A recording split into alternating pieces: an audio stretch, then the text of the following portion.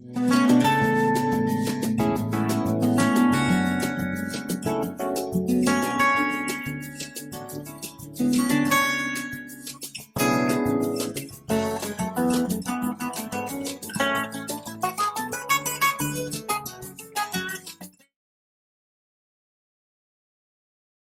today I'd like to welcome our next speaker. Her name is Tina Feigal. She is actually the Director of Family Engagement at New Family Services. She's also a parent coach and a coach of coaches, and just a wonderful person that you're going to love. So Tina, I'm going to start off with having you talk just a little bit about what it is you do and why you're so passionate about children and their emotions in particular. Thank you, Dori. This is really fun. I teach parent coaches how to coach other parents. So that I've trained about 600 people to be parent coaches. And I also directly coach parents so that they can really understand what's going on inside their child instead of what appears on the surface as negative behavior or disrespect or defiance. What's really going on is that the child is trying to survive.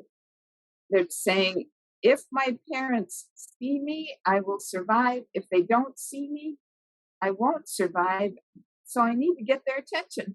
And I know what things get their attention: defiance and opposition and having a tantrum get their attention. So I know how to do that. And I need their attention to survive. So that's really the fundamental part, is to understand where behavior comes from rather than judging it as a moral issue. Like, I've got to teach this kid a lesson. We can understand that behavior comes from the desire, that need to be seen. So that's my basic fundamental approach. That's amazing. And I'm sure you see probably a lot of really frustrated parents that maybe are making mistakes. What are some of the biggest mistakes that you see parents making? Well, I think they feel as if punishing a child for behavior is going to get better behavior. And as many of us know, that hardly ever works.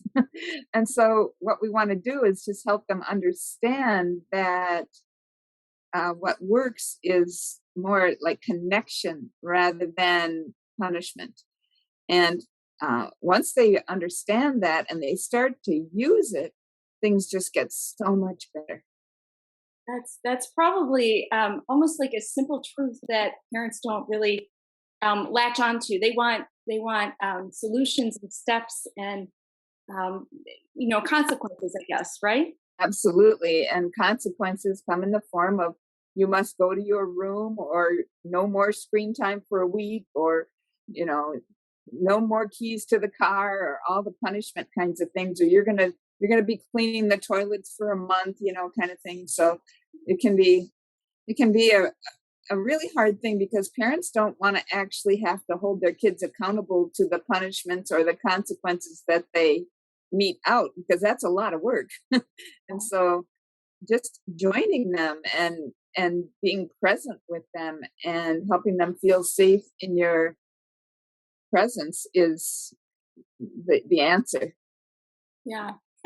I'm thinking about the battles that can ensue when you have a younger child, especially, and the frustration of not knowing what to do. So that's probably just a really important piece that most parents miss. Yes. And really what happens that people don't understand is that brain development wise, little kids are living in their emotions, and they're not living in the rational part of their brain because it's not developed yet. It's really about child development. So if we can understand that emotions are just where that child processes, and it's not bad kid or defiant 2-year-old. It's not that. It's just that their emotions are what respond to the interactions that they're having. And we don't know this stuff, so that's why I love teaching people. So I'm going to put you on the spot just for a second.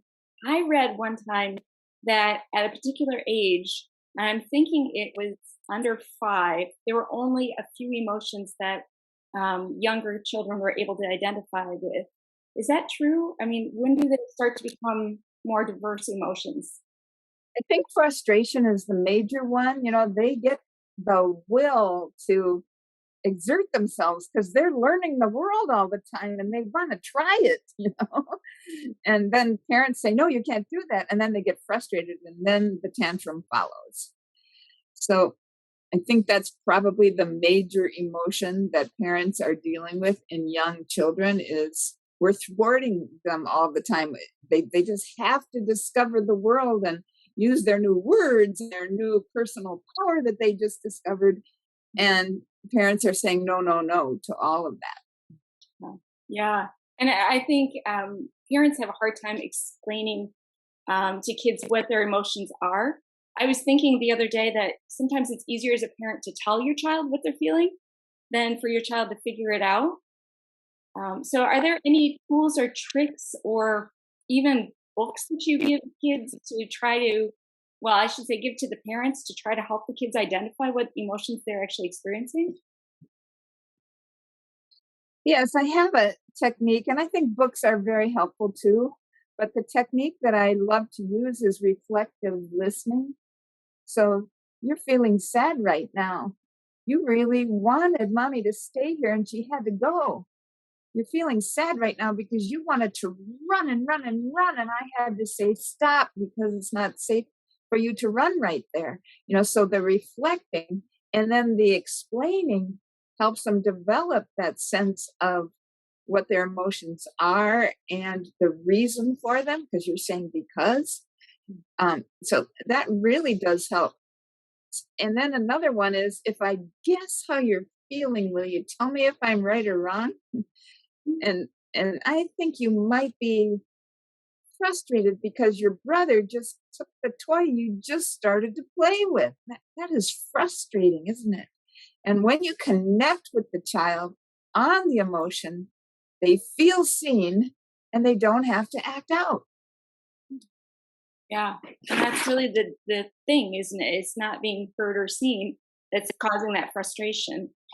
Yeah. So I like your example of rephrasing. So what if you were in the store and I had a child that was, they were tired and they couldn't explain to me. Maybe they're 3 or 4 years old, can't explain to me what they're feeling. How do I work that out of them without aggravating them more? Well, I think sometimes we just have to a little bit let the storm pass before we can actually connect with them. Your urge is to pick them up and care for them, and sometimes they fight being touched because they're so deep in their emotion. So I think you have to let the storm pass and then just offer your arms out to say, can I hold you now? And a lot of times we talk too much when a child's in that state. We try to calm them down. It'll be all right. You don't have to cry. We're going to get that later. And all those words actually make it worse. So I like non-verbal communication with a child in that state. I like putting your arms out to say, can I hold you now? Instead of saying words about it. Because kids really respond better to that than words. And then just comfort, just holding, just hugging, and just saying, I understand how you feel is very important for young children. Physical touch is very important because they learn through that touch, that they're cared for and they're loved. And then you can very softly say in their ear, you really didn't want that to happen. You really wanted that toy and you didn't like it that I had to say no. Mm-hmm. So then that's reflective listening. And then you're validating them and their feelings, basically. Yeah. Yes, absolutely. Yes. And you're helping them feel seen. If they're seen, their brains tell them they're going to survive. If they're not seen, their brains tell them they're not going to survive. And you need your parents to survive. So if your parents see you, you're going to survive.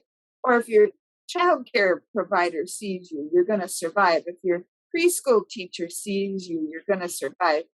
But if they don't, you're not going to survive. And that is just the brain has a threat alarm called the amygdala right back here near the brainstem.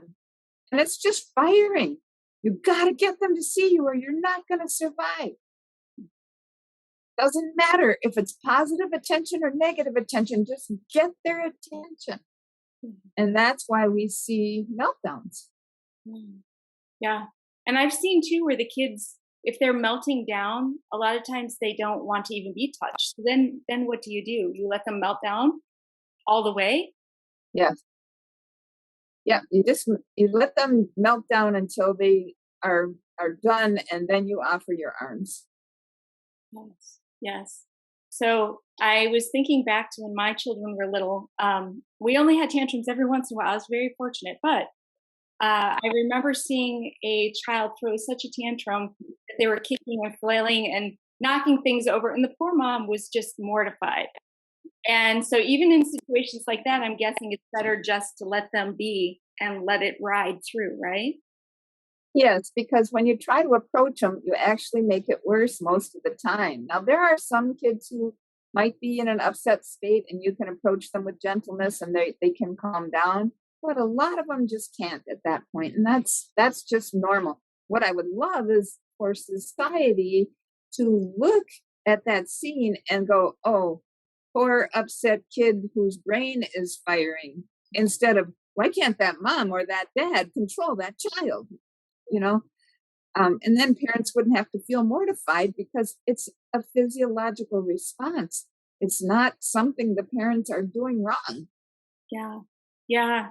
And we're talking a lot about anger and frustration. What about the other side? What if you have a child who clings, and let's say you're dropping them off at daycare, dropping them off to school. They're fearful. How do you deal with that kind of emotion? Again, you reflect it. You say, it's hard for you to let mommy go today. It's hard for you to let daddy go today. You really wish I could stay, or you really wish we could stay home. Now, that sounds as if you're condoning or agreeing with that negative thought. But actually, it's seeing the child, and it helps the child calm right down. And so it's fascinating that something that is counterintuitive to most parents actually works the best. Just connecting in a real soft, gentle way, and then watching the child relax because they're seen. And then the rational part of the brain can come online. So we've got this part up here called the prefrontal cortex, and we've got the amygdala. Now they're both in the same skull, but they never talk to each other. So they never operate at the same time either. So you've either got threat alarm amygdala or you've got prefrontal cortex rational. One of those or the other, always with a preschooler. So to calm the amygdala, you connect so that the rational part of the brain can actually hear, mommy's going to see you in a little while. I'll come and get you. You remember that yesterday I came to get you? Yeah. Okay, I'm going to do that again today. Could you show me some of your artwork? Just to kind of redirect the energy to a different thing. But the reassurance, the child who is having a tantrum or a meltdown cannot hear mommy's going to come and get you. So you have to wait until that's over and then talk to the child. That makes a lot of sense. A lot of sense. So really, if you were to compile all of your thoughts into one piece of advice that somebody walked away with, what would that piece of advice be? Connect and reflect before you expect. Ooh, I like that. Do you need? I think I understand, but let me have you explain that just a tiny bit.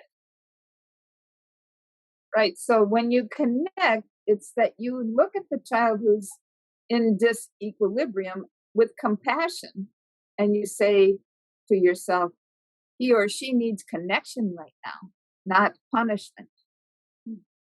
And then you reflect. You really wish Daddy could stay at daycare with you today. It's hard for you to let me go. Reflection of the feeling. And then you can expect the child to feel comfortable and go off and play at daycare. But if you just try to say, you got to stay here now and I got to go because I got to work, kind of thing, you're increasing the meltdown.